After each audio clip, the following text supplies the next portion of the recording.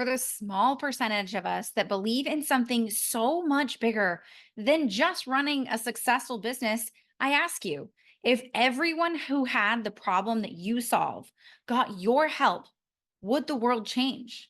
This is the conversation more of us should be having, the one that rarely is seen or talked about. And it's often buried under conversations about marketing, business growth, sales, revenue, all of it. Yet coincidentally, this is what actually drives those changes. So let's get real.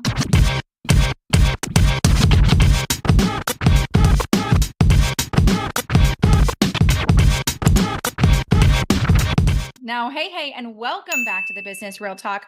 We have been having such incredible conversations in the last few episodes, and it has sparked so many comments from you, my amazing listeners, which is ultimately the intent behind the Business Real Talk podcast. And I wouldn't be keeping it real with you if I didn't talk about leading the change, creating a movement making business strategy that changes the world.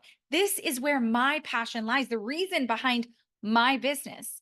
Now, when I started this business of mine just 13 years ago, it was built with some big, scary purpose to change the world. Honestly, I couldn't even whisper those words 13 years ago because it felt so insane. How could I, a 27-year-old mom who was obsessed with psychology, innovation, and a background in marketing, change the world? And I'm willing to bet that if I had those thoughts, countless others have probably felt that too. This often quiet yearning, lurking feeling that you really want to do something big and you have this fire within you, a desire to change the world, live a life and a business of purpose. And sure, you may have this recognized passion that's lingering, but it's kind of a war between trying to figure it all out. What should you be doing? How should you be doing it? And are you even worthy of doing that thing that you believe in? Am I right? So, this episode is for the world changers, whether that's a hidden, unspoken desire or one that you wake up daily and try to bring to life. I want to have some mind shattering conversations with you around what it means to lead the change and create a movement making business strategy that changes the world. Now, let's jump in and start by talking about what I believe to be the phases of Epiphany. Now, whether you're in this now or you're looking towards that direction, I really believe that there's a phase in the epiphany that happens when we come to this realization that we want to create this true world changing domination of what we do. And for me, this happened in two phases. The first phase was when my first daughter was born 13 years ago. I remember sitting there in my office. I was in a career and a job that I loved, one that took me around the world, one that kept me busy in marketing. And it felt like everything was right in the world. I vividly remember that when I was pregnant, I said I would never be the woman who left my job just because I had kids, because I loved what I did so much. But it was with the birth of my first daughter where it felt like something shifted, something changed, and something awakened within me that made me realize that the purpose I had was so much more, so much bigger than simply the job I had, even though I had created established success, gotten to a certain point where I felt really proud at that age.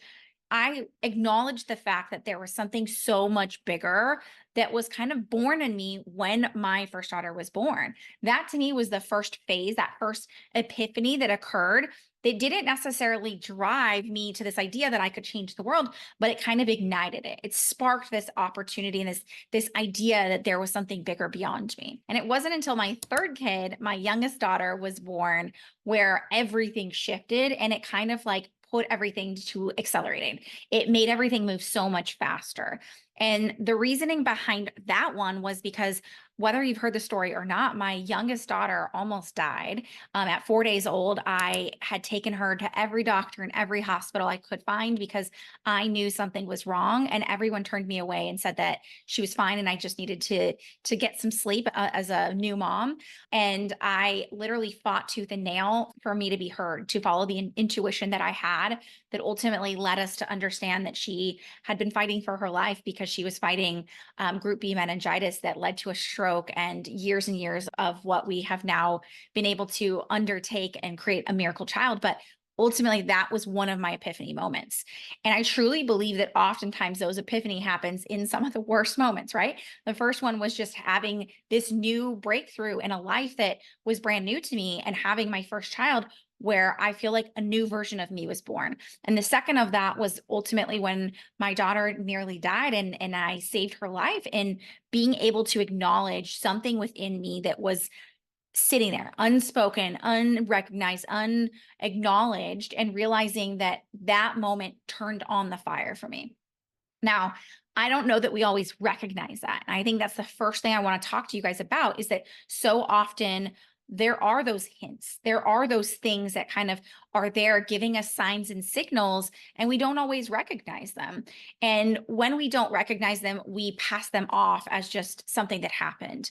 But I think that so often when we look at true world changing moments in our lives, in the things that happen around us, they came from a moment that in that moment, in the driving force of what happened, doesn't always make sense. And I tell people that, like, you have an unrecognized moment of epiphany that happens that you either are going to silence or you're going to leverage. And I'm a huge believer in listening to those pings, because there is something that happens in all of us.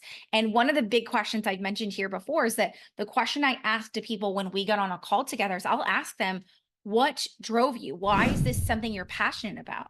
That's important, because when it comes to changing the world, passion isn't sparked from, I just wanted to make a lot of money, or I just thought about being an entrepreneur seemed fun, or, any of those things that we oftentimes see on social media, which there's nothing negative about that. It's not to say that it's not okay for you to start a business based on those beliefs. It's amazing. It's just not the same as those who want to change the world. They either experience something in their own lives that created that epiphany, similar to what I shared with you, or they saw others struggle at what those people had experienced and said, why is there not another way to this? We naturally gravitate towards opportunity, towards gaps, things that we see as, why are we not shifting this? So it comes from this space of acknowledging that it's not a natural skill set. You don't have to be born into it. You don't have to be like this super talented person who has 20 years of marketing experience, right? That's not a requirement for you to be able to leave your mark.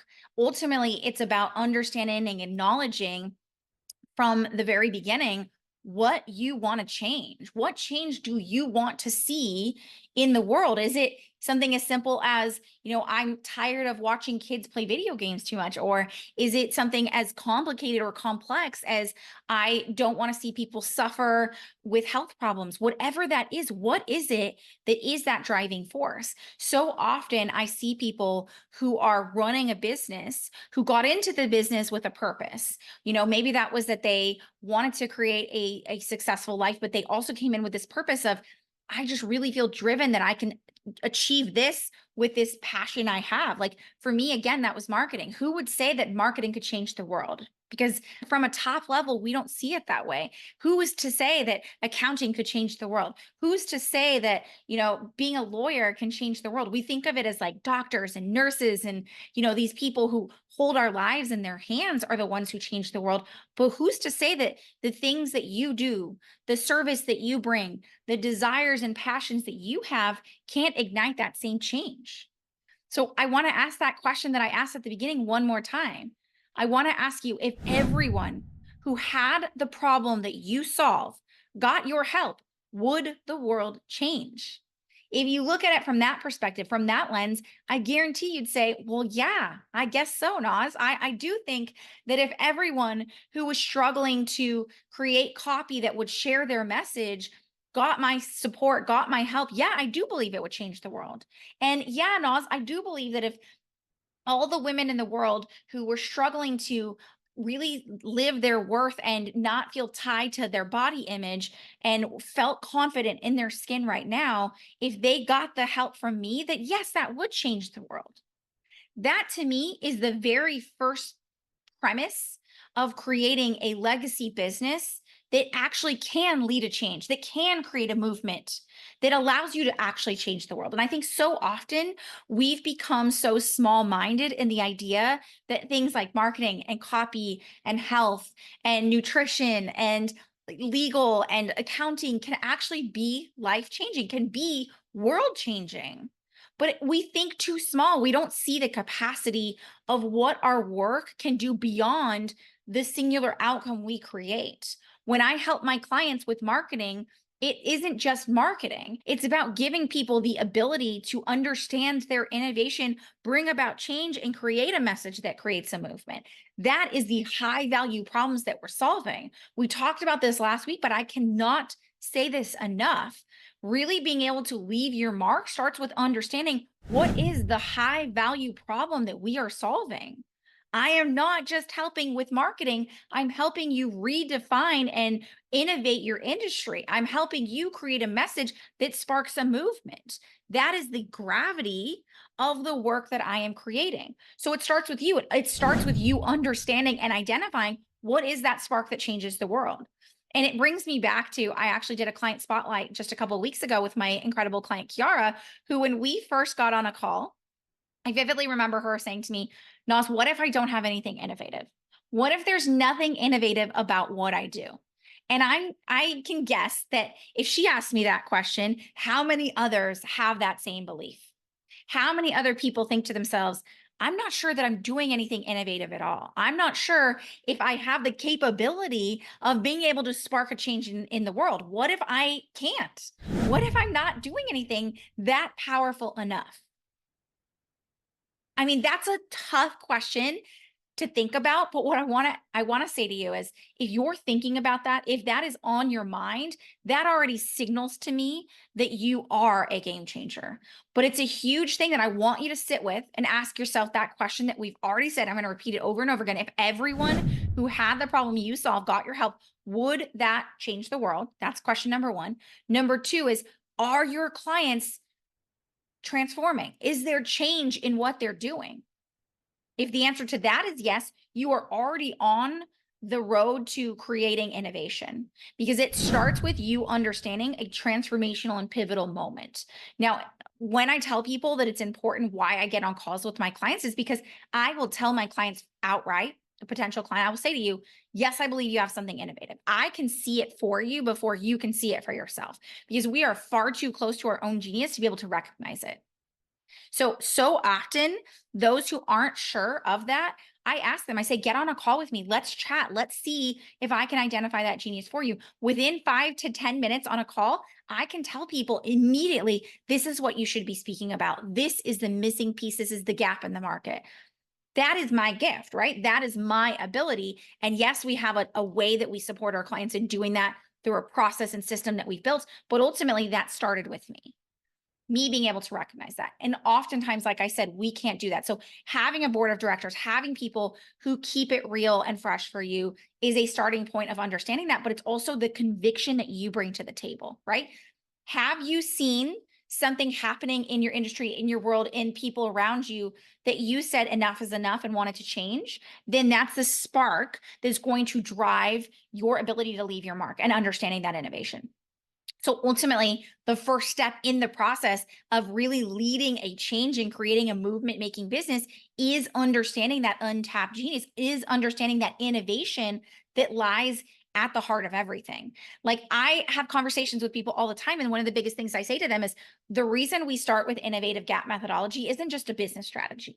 That sounds great, right? It sounds really good that it's a business strategy that we do, and it is an engineered approach to doing that. But ultimately, it's that understanding of your innovative methodology, that understanding of your deep-rooted beliefs, your ability to change the world, your the things that you do that truly create transformation are the key that unlocks everything else. So your marketing, your messaging, your sales process, your delivery even is going to be directly correlated to the change that you bring to the world. And of course, that's going to start with your methodology, because your methodology is bringing together all that untapped genius. It is bringing together all the gaps in the market, the spaces, the unrecognized opportunity that maybe you were already solving, or maybe you now see as a new opportunity to solve. So understanding that and identifying that spark of what you bring to the table is ultimately the first step in changing the world. So what I want you to walk away with the first thing that we talked about is really ultimately understanding, what is your spark? That spark starts with, what is my intention? What is my passion? What is my reasoning that drives me to creating this change? Why do I wake up every morning and do the impossible, do the difficult thing that most people wouldn't do? Why does this matter? Now, the side effect, the benefit of this is that not only is that going to be a huge major part of the business strategy that allows you to create that movement, but ultimately it's also going to drive your motivation. Because let me tell you, being an innovator, doing something that is truly leading a change is not for the weak at heart. It's not for those who are like, I only want this if it's going to be easy. I only want it if I'm making a ton of money from day one. I only want this if I can put the least amount of effort and create the biggest amount of results. That is not what this is going to do, because that is not what world changers are after. So I can say with complete confidence that those of you who are listening here are not after the idea of, I just want to make a quick buck. Sure, making a ton of money is an amazing side effect of creating a spark that changes the world, but ultimately that is not what you're after. You're after this bigger idea of change, changing the world, right? Living a life of purpose, bringing your God-given gifts to the world, doing the things that are so much bigger than you, because you know that there is so much more that we aren't even seeing. And I want you to think to yourself, because I think it becomes so easy for us to tell ourselves that it's too small, that we're too small to bring about that change. To think of Jeff Bezos. Imagine if he had sat in his garage and said to himself, gosh, Jeff, all you're doing is creating an online bookstore. That's not that big of a deal, right? Think of these big game changers that we see, like Steve Jobs, and then thinking, gosh, all you're doing is creating a smartphone. It's not a big deal. Imagine if they had thought that small of what they were doing and looked at it from such a one-dimensional standpoint, how different our world right now would look like. Or Elon Musk, right? Regardless of whether we like these people or not, they had the conviction, the audacity to see something beyond the one-dimensional approach that we often are. So I want to ask you to see beyond that and say, what if it wasn't just, I'm just doing marketing? What if it wasn't just, I'm just doing accounting? What if it wasn't just, I'm just creating copy, right? What if it was something so much bigger that came from the change that you evoke from the gifts that you were given? That is the first piece. So now that we understand what it means to start by understanding your spark that changes the world, let's talk about the second piece of the puzzle, because bringing about that change is probably the hardest part of the puzzle, is allowing yourself to recognize that bringing about massive change, empowering this change in the market, is about creating buy-in. There's no other way to say it. I'm not even talking about it from the marketing lens. I'm talking about people buying into your belief, okay? People believing in the same thing you believe in is buy-in. Yes, in a marketing standpoint, buy-in is leads raising their hands, right? There's the tangible side of things, but the intangible thing of it is this people understanding and saying, I agree with this. This makes sense. I understand this, validating that idea and that change. Now, what I really want to be careful of when we talk about this is validation doesn't always look the way that we want. So we don't mean validation as like, you should keep going. Oh my gosh, this is the best idea. We're not always going to see that, right? But what we do mean by validation is that there's an understanding, an aha moment, a click that happens for people when we're bringing that change into the market. Now, that's where I talk to you guys about the tangibility of what that means, is connecting the dots for people, right? You know what this market needs. You know what the world needs to be changed. Now, that's amazing. That's incredible, right? That in of itself is a masterpiece, a work of art. But what really creates that masterpiece to a point where someone else can see it too, is not just looking at a painting and saying, gosh, that's beautiful, and somebody else not being able to see the beauty in it. It's how can we captivate the audience, the people that we're talking to, so they can also see the beauty in that masterpiece. That is where we bring about that change. So in our world, when we talk about getting people to make a decision, being able to get them into a space where they create buy into what you're doing, that's the power behind bringing that change to the market, because you can have a really incredible, amazing idea, a huge vision, even a life-changing approach. But ultimately, If you cannot bring that vision to the world and create buy-in, whether it's on a one-to-one scale or a one-to-many, like I don't mean the offer, I just mean like more people buying into that, then it's always going to remain a small opportunity. And I'm not talking about changing the world means, gosh, you have to be able to get everyone to like you. That's the opposite of what we're saying. But what I am saying here is that creating buy-in means they understand it. They can see it. They can visualize it. They can look at the masterpiece and say, I'm alongside you. I see what's happening here. Okay. Most of us can't do this because we cannot articulate it. And it starts with number one, right? It starts with not knowing for ourselves what that looks like. And that is the most frustrating part of innovation, of changing the world, of creating a movement is it's unrecognized genius. And that's the inability to be able to acknowledge for ourselves what we do. We just know we do things. So once we've established that and we know what that is, and that's why we do that through methodology, is because methodology makes it tangible. It makes us feel, see, approach it, being able to say, this is what I do, not just I do something amazing, come trust me, come see. That doesn't bring about buy-in in the mass market. The ability to create mass market change is getting people to see the vision that you've created. Methodology is the approach that achieves that. Once we've achieved that, now it's how do we bring that to people and allow them to see it on a bigger scale, okay? When we talk about understanding the power behind compounding decisions and why really understanding the decision pathway becomes priority number 2 after the methodology is ultimately because that's what we're doing. Being able to help people make a decision, whether that decision is, yes, I'm buying into what you're saying, no, I'm not buying into what you're saying, is a skill set that we all have. Because once we understand that unrecognized genius, it's how do we get others to understand it with us? That is honestly being able to compound a decision, being able to help people understand the information that drives a decision. Most of you aren't doing that, right? Most of us in our market can't help people drive a decision because we either don't know what people need or we haven't acknowledged how to give them what they do need. Okay. So let's talk about that in a more tangible way. You want to create a massive change in the market. You want to create a movement to what you're doing. Okay, great. What is it that people need to understand?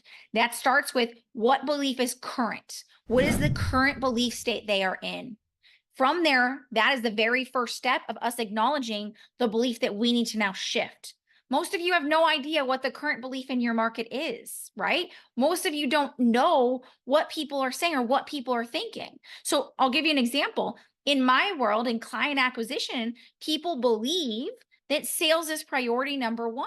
That is one belief that I am shifting, that sales is only as powerful as the ability to be able to leverage marketing to pre-sell our audience prior to doing that. That is one belief shift that I am making. So I have a series of starting beliefs that people are at right now that I need to shift within my market.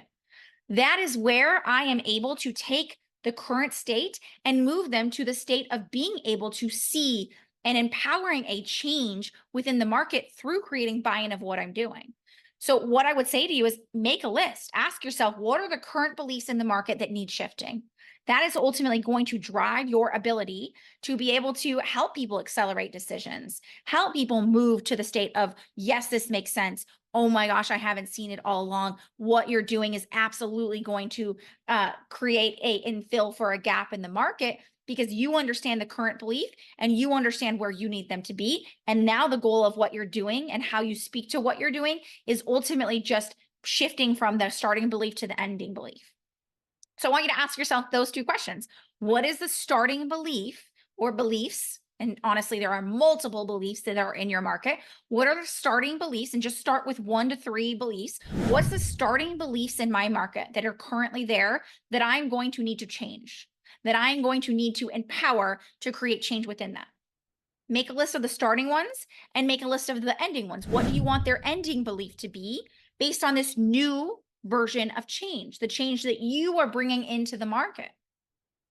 So that is the second step in this process of how we actually create the buy-in that empowers and brings about change within the market and allows you to bring that vision to people so that they can see it with you. So let's move into the third piece of the puzzle, which is ultimately affecting a movement beyond your 4 walls, okay? The reality is there is only so much that we can do. And that may feel limiting, but it's absolutely not when you understand the power behind it. So our capability of what we can do is only what's within our own four walls, right? Right? What we can say is only what can be said to our small market.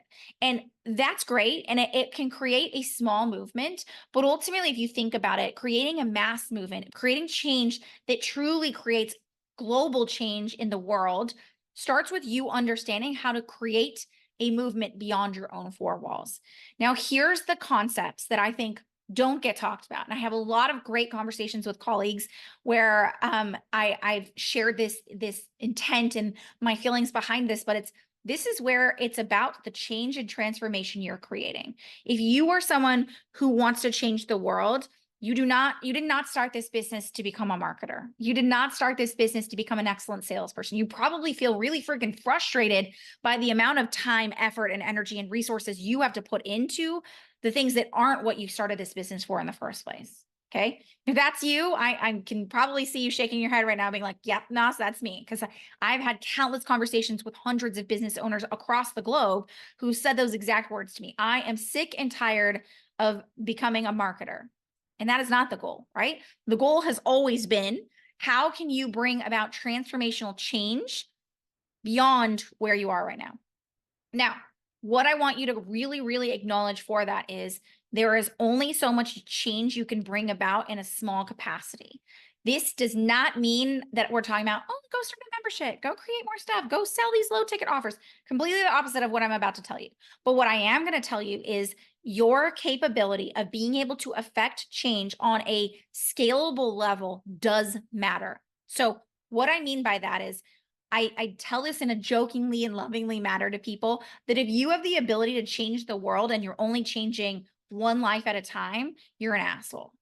And I don't mean that like you're only working with clients one-to-one. I just mean like you're limiting your ability to be able to change the world because of your inability to see past what feels comfortable to you.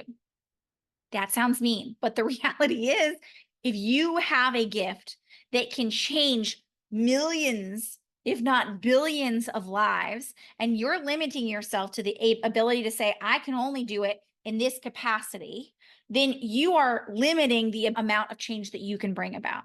Okay. Imagine having a life-changing drug that you were like, but I can only give it to one person at a time.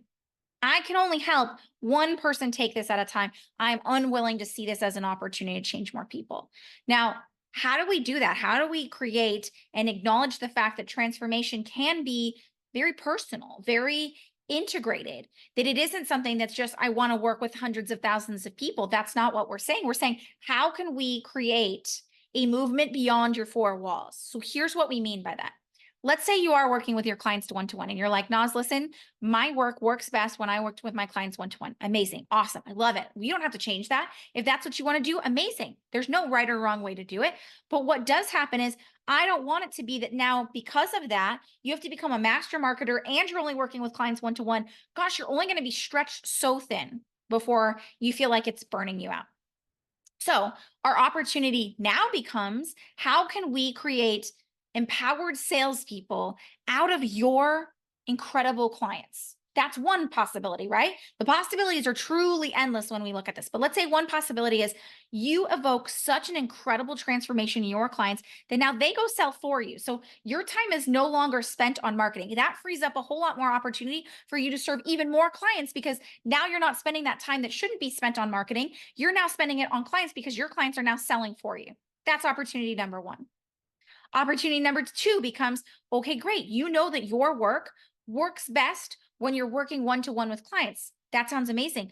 But what if we said that now that we understand that what you do works best one-to-one, but does it always have to be you that's doing it one-to-one?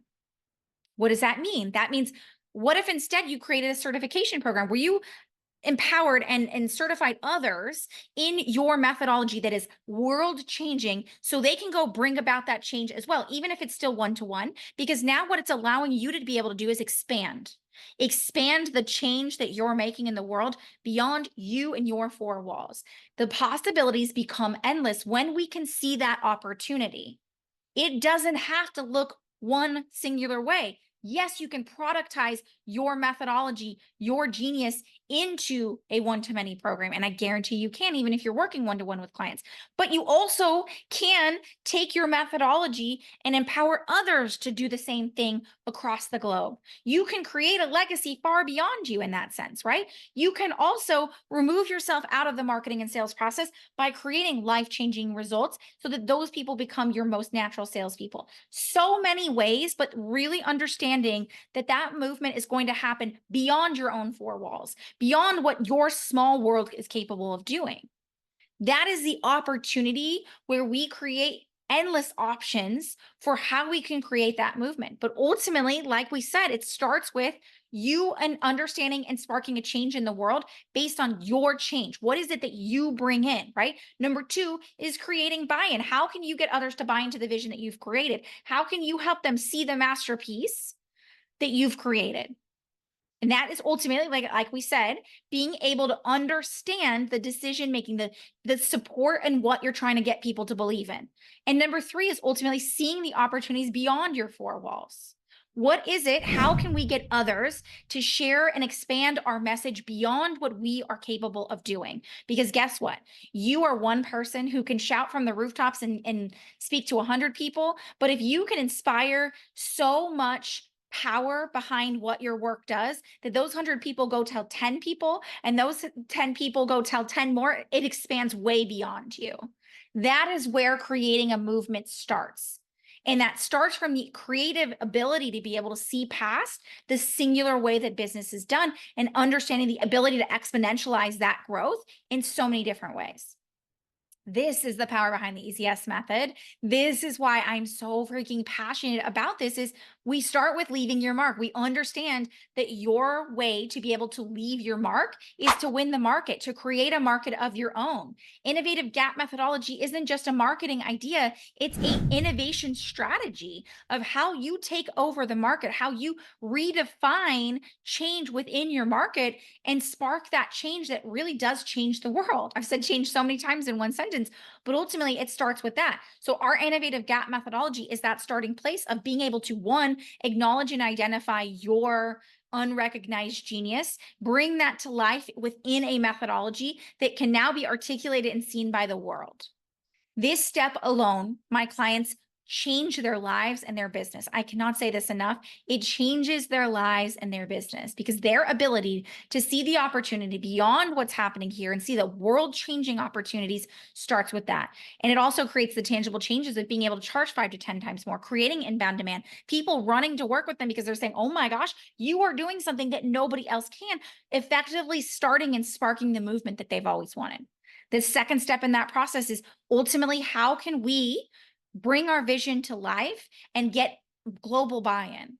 We do this through our bingeable decision systems. This is literally built into the concept of how can we help people make and accelerate those decisions without us needing to do all the heavy lifting. Because right now, if you're trying to change decisions on a one-to-one capacity, there's only so much you can do. There's only so far that can go. Having a bingeable decision system is ultimately what allows you to get people to make and come to those decisions, accelerate the ability to move from their current belief state to their future belief state of what changes the world and changes your market through a bingeable sales system. We do this through a 2-lane sales highway, which starts with our bingeable sales system that allows people to binge their way to a yes, so that working with you becomes the only logical solution, and buying into your methodology becomes something so readily and understood that they can shout it from the rooftops as well. And the third step is ultimately, how can you create the opportunity to move beyond your own four walls? We do this through results and retention, which creates pure profit in your business. Ultimately, this is about how can you create life-changing results for your clients at scale without losing the power behind what you do.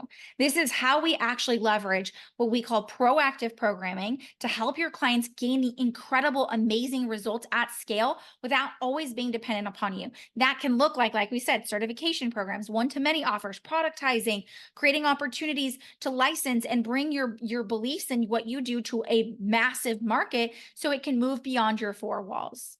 This is the power behind the EasyS method.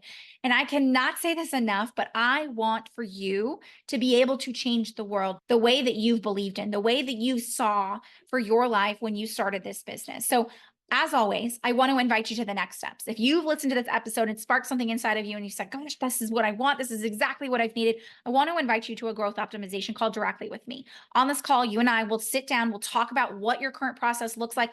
I'll help you understand where your innovation lies within that process, and I'll show you how we can apply the EasyS method within your business so you can create a life-changing, world-changing business that allows you to turn your message into a movement and get leads to sell themselves. If you're ready to book that call, head on over to easyesleads.com/call so you can book this call directly with me.